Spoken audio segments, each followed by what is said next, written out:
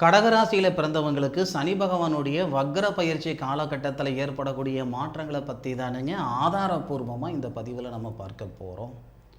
திருக்கணித பிரகாரம் ஜூலை மாதம் 26ஆம் தேதி சனி பகவான் வக்ரமடைகிறாரு. இதுவரை ஜோதிட சாஸ்திரத்தில் ஏற்படாத ஒரு அதிசயம், ஒரு அற்புதம் ஜூலை மாதம் 26ஆம் தேதி ஏற்பட போகுது. சனி பகவான் வக்ரம் அடைகிறார்னா சனி பகவானுடைய தொடர்பில் தான் எல்லா கிரகங்களும் இருக்க போகுது. ஒரு கிரகத்துடைய தொடர்பில் இன்னொரு கிரகம் இருக்கிறதே பெருசு. அப்போது சனி பகவான் வக்ரம் அடையும் பொழுது கடக ராசியாதிபதினு சொல்லக்கூடிய சந்திரனை சனி பகவான் பார்க்கிறார் 10வது பார்வையா ஃபஸ்ட்டு. அடுத்தது கடகராசிக்கு 11வது பாவகன் சொல்லக்கூடிய இடத்துல இருக்கக்கூடிய லாபஸ்தானத்தில் இருக்கக்கூடிய தொழில் ஸ்தானாதிபதி செவ்வாவை பார்க்கிறாரு 3வது பார்வையா 2. 3வது கடகராசியில் பயணிக்கக்கூடிய சூரியன் தனஸ்தானாதிபதினு சொல்லக்கூடிய சூரியன் பூச நட்சத்திரம் முதல் பாதத்தில் இருக்கார். பூச நட்சத்திரம் யாருது? சனிது. கடகராசியில் இருக்கக்கூடிய தனகாரகன் குரு பூச நட்சத்திரம் 3வது பாதத்தில் இருக்கார். பூச நட்சத்திரம் சனிது. கடகராசிக்கு 2வது பாவகத்தில் இருக்கக்கூடிய சுக்கிரனும் சரி கேதுவும் சரி சனி பகவானுடைய வீட்டை பார்க்கிறார். சுக்கிரனுடைய வீட்டை சனி பகவான் பார்க்கிறார். அப்போ பார்வை பரிவர்த்தனை. அடுத்தபடியாக இருக்கிறது ஒரே ஒரு கிரகம்தான், ராகு. கடகராசிக்கு 8வது பாவகத்தில் ராகு இருக்கார். ராகு ஏற்கனவே சனி பகவானுடைய வீடான கும்பத்தில் இருக்கார். எப்பேற்பட்ட ஒரு அற்புதமான ஒரு தருணம் அப்படின்றது யோசனை பண்ணி பாருங்கள். இந்த புதனை விட்டுட்டீங்களே சார் அப்படின்னு நீங்கள் சொல்லலாம். புதனுடைய வீட்டையும் தான் சனி பகவான் பார்க்கிறாரு. புதனுடைய நட்சத்திரத்தில் தான் சனி பகவான் இருக்காரு. ரேவதி நட்சத்திரத்தில் தான் சனி பகவான் இருந்து பயிற்சி, அதாவது வக்ர பயிற்சி அடைகிறார். இந்த நேரம் கடகராசியில் பிறந்தவங்களுக்கு சாதகமா அல்லது பாதகமா? மிகப்பெரிய சாதகம். எந்த அடிப்படையில்னா கடக ராசியாதிபதினு சொல்லக்கூடிய சந்திரன் குருவுடைய வீட்டிலையும் குரு பகவான் சனி பகவான், அதாவது நம்ம கடகத்தில் கிரக பரிவர்த்தனை ஏற்படக்கூடிய நேரத்தில் தான் சனி பகவான் வக்ரம் அடைகிறார். அப்போது தனகாரகனும் தனஸ்தானாதிபதியும் சொல்லக்கூடிய கிரகமும் சனி பகவானால் சம்மந்தப்படுறாங்க. அப்போது கடகராசியில் பிறந்தவங்களுக்கு கழுத்து பிடிக்கிற அளவுக்கு பிரச்சனைகள் இருக்குது. வாழ்வா சாவான்ற இடத்துல நான் இருந்துக்கிட்டு இருக்கிறேன்னு சொல்லக்கூடிய கடகராசியில் பிறந்தவங்களுக்கு வழி பிறக்க போகுது, ஒரு பாதை கிடைக்க போகுது. கடகராசியில் பிறந்தவங்க எனக்கு தெரிஞ்ச வரைக்கும், நான் இத்தனை வருஷமாக ஜோதிடம் பார்த்துக்கிட்டு இருக்கிறேனுங்க, நான் ஆய்வு பண்ண வரைக்கும் என் பிரச்சனையை எவனாவது சரி பண்ணிட மாட்டானா, ஏதாவது ஒரு நல்ல நேரம் லாட்ரி கேட்டு அடிச்சிடாதா, ஒருபோதும் நினைக்க மாட்டீங்க. நான் பட்ட கடனை நானே கட்டிக்கிறேன், அதுக்கான சந்தர்ப்பத்தை மட்டும் இந்த பிரபஞ்சம் உருவாக்கி கொடுத்தா போதுமானது, என் உழைப்புக்கு தகுந்த உயர்வு மட்டும் கொடுத்தா போதுமானது, என் திறமையை வெளிப்படுத்துறதுக்கான சந்தர்ப்பம் மட்டும் கொடுத்தா போதுமானதுன்னு சொல்லக்கூடியவங்க தான் கடகராசியில் பிறந்தவங்க. தப்போ ரைட்டோ ஒரு சிலருக்கு ஒரு சில சங்கடங்களுக்கு நீங்கள் காரணமாக இருந்துகிட்ருப்பீங்க. சந்தர்ப்பம் சூழ்நிலை உங்களை குற்றவாளி ஆக்கியிருக்கும். மனசார ஒருத்தருக்கு நீங்கள் துரோகம் பண்ணியிருக்க மாட்டீங்க, சத்தியமாக பண்ணியிருக்க மாட்டீங்க. ஆனால் சந்தர்ப்பமும் சூழ்நிலையும் உங்களை குற்றவாளியாக ஆக்கியிருக்கும்.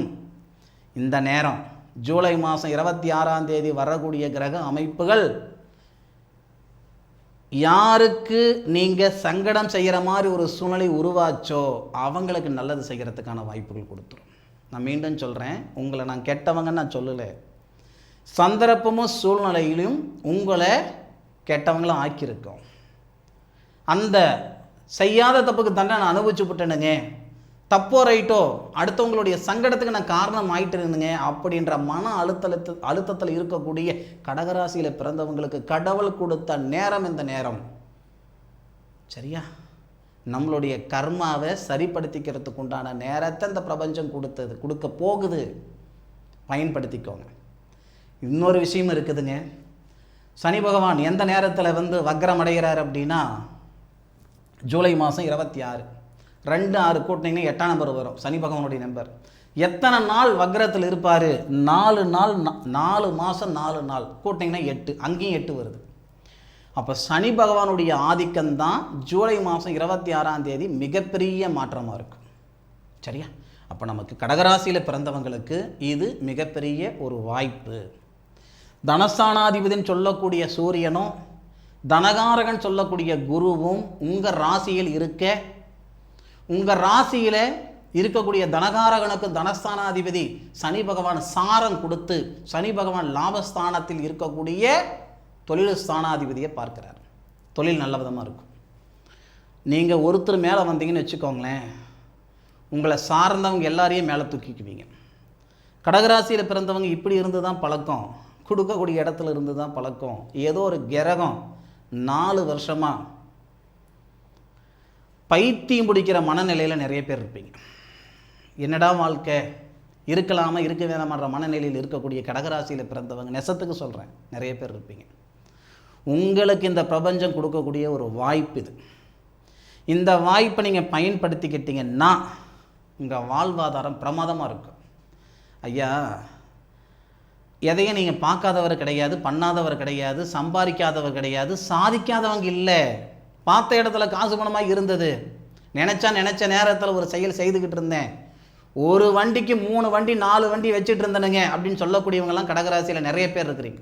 அப்பேற்பட்டவங்களுக்கு ஏதோ ஒரு கிரகம் நொந்து நூலாகி சின்னப்பட்டு சிரமப்பட்டு சித்திரவதுப்பட்டு ஏதாவது செஞ்சுக்கலாமான்ற மனநிலையை ஏற்படுத்தி இருக்குது இந்த கிரக நிலைகள். இது எல்லாமே சரியாகிறதுக்கான வாய்ப்பை தான் ஜூலை மாதம் 26ஆம் தேதி தரப்போகுது. விட்டுடாதீங்க.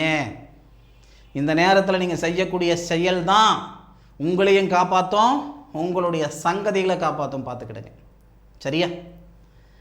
நடக்கலைன்னா என் சட்டையை பிடிச்சி கேளுங்க.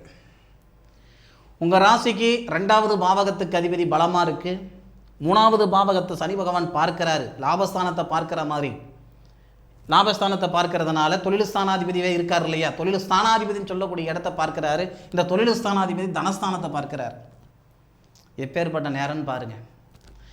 லாபஸ்தானத்தில் இருக்கக்கூடியது யாருன்னா தொழில் ஸ்தானாதிபதினு சொல்லக்கூடிய செவ்வாய். கடகராசியில் பிறந்தவங்களுக்கு செவ்வாய் தானே தொழில் ஸ்தானாதிபதி. லாபஸ்தானத்திலிருந்து 4வது பார்வையாக உங்கள் ராசிக்கு 2வது பாவகன் சொல்லக்கூடிய லாபஸ்தானாதிபதி சுக்கிரனை பார்க்கிறாரு. இதனால் இழந்தது சம்பாதிக்கிறதுக்கும் அல்லது இழந்தது மீண்டும் வர்றதுக்கும் வாய்ப்புகள் உண்டு. பார்த்துக்கிடுங்க. அதே மாதிரி உங்களுடைய முன்னேற்றத்தில் இருக்கக்கூடிய அந்த முட்டுக்கட்டைகள், ஒரு வேலை செய்யணும்னு மனசு சொல்லும், புத்தி சொல்லாது. மனசில் இருக்கிற தெம்பு தகரியம் உடம்புல இல்லை. பலவிதமான கேள்விகளுக்கு பலவிதமான சிந்தனைகளுக்கு பதில் கொடுக்கக்கூடிய நேரம் ஜூலை மாதம் 26ஆம் தேதி. உங்கள் ராசிக்கு அடுத்தபடியாக 6வது பாவகத்தை சனி பகவான் பார்க்கிறார். நம்மக்கிட்ட இருக்கக்கூடிய திறமையை வெளிப்படுத்துறதுக்கான இடம் எதுன்னு கேட்டிங்கன்னா 6வது பாவகம் தான். ருண ரோக சத்ருஸ்தானம்னு சொல்லுவாங்க. நமக்கு நல்லது செய்கிறதுக்கு 4 பேர் இருக்கிறாங்கன்னா நல்லது செய்யக்கூடாதுன்னு நினைக்கிறதுக்கு 40 பேர் இருப்பாங்க. கடகராசியில் பிறந்தவங்களுக்கு இது இருக்க தான் செய்யுது. இந்த நேரத்தில் 6வது பாவகத்தை பார்ப்பதால், 6வது பாவகத்துக்கு அதிபதி நம்ம ராசியில் இருப்பதால், நம்ம ராசியாதிபதி 6வது பாவகத்தில் இருக்கிறதுனால நிச்சயம் உறுதியாக சொல்கிறேன், உங்கள் முன்னேற்றத்துக்கு முட்டுக்கட்டியாக இருந்தவங்க இருக்கக்கூடிய சங்கடங்கள் விலக போகுது. படித்த படிப்புக்கு உண்டான உத்தியோகமாக இருக்கட்டும், வாழ்க்கைக்கு ஏற்ற வளர்ச்சியாக இருக்கட்டும், பொருளாதார ரீதியாக இருக்கிற பிரச்சனை, கடன் பிரச்சனை, பணப்பிரச்சனை அனைத்தும் சரியாகிறதுக்கான வாய்ப்பை இந்த பிரபஞ்சம் உருவாக்கி கொடுக்கும். சாமி, நான் லாட்ரி அடிக்கிறது நான் சொல்லலை, தேவைக்கு மேலே பணம் எங்கிருந்தோ வருதுன்னு நான் சொல்லலை. நேரம் நல்லா இருக்குது. எதை நீங்கள் விதைக்கிறீங்களோ விதைக்கிறது விளையும் இல்லையா? எதை விதைக்கணும், எந்த இடத்துல விதைக்கணும், எந்த நேரத்தில் விதைக்கணுன்றது நீங்கள் முடிவு பண்ணிக்கோங்க. நேரம்ன்றது இதுதான். ஜூலை மாதம் 26ஆம் தேதியிலிருந்து டிசம்பர் மாதம் 10ஆம் தேதி வரை இந்த பிரபஞ்சம் உங்களுக்கு கொடுக்கக்கூடிய ஒரு அவகாசம். இந்த நேரத்தில் நீங்கள் செய்யக்கூடிய செயல் என்னன்றது தான் முக்கியம். கடகராசியில் பிறந்தவங்க எல்லாமே ஒரே வேலை வாய்ப்பு செய்கிறது இல்லை. ஒவ்வொருத்தரும் ஒவ்வொரு மனநிலையில் இருக்கிறாங்க. ஒவ்வொரு விதமான எண்ணங்கள் சிந்தனைகள் மனசுக்குள்ளே இருக்கும். உங்களுடைய ஜாதகத்துக்கு தகுந்த மாதிரி தொழில் செய்யுங்க. உங்களுடைய நேர காலங்கள் இந்த நேரத்தில் எந்த அளவுக்கு இருக்குது அப்படின்றது பார்த்துக்கிடுங்க. இந்த நேரத்தை பயன்படுத்திக்கிற பட்சத்தில் உங்களுடைய தகுதி மாறும், வாழ்க்கை மாறும், வாழ்வாதாரம் மாறும். ஒரே வார்த்தையில் சொல்லணும்னா தப்பாக எடுத்துக்காதீங்க, உருப்படுவீங்க. நாம் முன்னுக்கு வருவோமோ முன்னுக்கு வரமாட்டோமான்ற மனநிலை இருக்குது இல்லையா, அது சரிப்படுத்தும். இவங்கெல்லாம் எதுக்குமே லாக்கிப்பட மாட்டாங்க, இதுக்கு மேலே வரமாட்டாங்க, அவ்வளோதான் இவங்க ஜோலி முடிஞ்சு போச்சுன்னு சொன்னவங்களுடைய வார்த்தை பொய்யாகும்.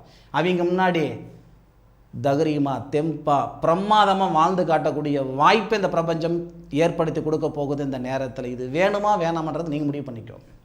சரியா? மீண்டும் ஒரு அற்புதமான பதிவில் கடகராசியில் பிறந்தவங்களை நான் சந்திக்கிறேன்னுங்க. அதே மாதிரி ஒரு ஒரு விஷயம் பண்ணிகிட்ருக்கேன்.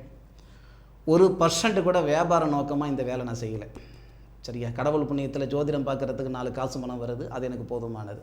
என் பொண்டாட்டி பிள்ளைங்களை நான் கரை சேர்க்கறதுக்கு, என் குடும்பம், என் வாழ்க்கை வாழ்வாதாரத்துக்கு அது போதுமானது. இது நான் எழுதி கொடுக்கக்கூடிய பொக்கிஷம்.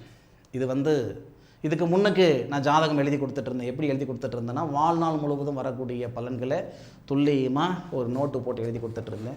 கொஞ்சம் சந்தர்ப்ப சூழ்நிலை அது செய்ய முடியல. மீண்டும் இந்த விஷயம் பண்ணி கொடுத்துட்ருக்குறேனுங்க. 1,00,000 ரூபாய் கொடுத்தா கூட அந்த பணம் 4 நாள் இருக்கும், 5ஆவது நாள் அது இருக்காது, அது வேறு. ஆனால் இது நம்ம ஆயுள் இருக்கிற வரைக்கும் இருக்கும். இதனுடைய வழிகாட்டி எப்படின்னா, ஒவ்வொரு நாளும் ஒவ்வொரு தசை, ஒவ்வொரு புத்தி, ஒவ்வொரு கிரகம், ஒவ்வொரு கோட்சார், எல்லா கிரகங்களுடைய அமைப்பு, எல்லா வயசுலேயும் பலன்கள் துல்லியமாக எழுதி கொடுத்துருவேன். தேவைப்படுறவங்க பயன்படுத்திக்கோங்க. சம்பாதிக்கிற எண்ணத்தில் இதை நான் செய்யலை, அதை மனசில் வச்சுக்கோங்க. சரியா? குறைஞ்சபட்சம் 2 மாதம் ஆகும் ஒரு சாதக புத்தகம் நான் எழுதி கொடுக்கறதுக்கு. அதை மனசில் வச்சுக்கிட்டு தேவைப்படுறவங்க பயன்படுத்திக்கோங்க. மீண்டும் அடுத்த ஒரு அற்புதமான தருணத்தில் கடகராசியில் பிறந்தவங்களை சந்திக்கும் வரை உங்களிடமிருந்து விடைபெறுவது உங்கள் வீட்டு ஜோதிட நண்பனான மா காளிதாஸ் மணிகண்டன். திருச்சிற்றம்பலம். வாழ்க வையகம், வாழ்க வளமுடன்.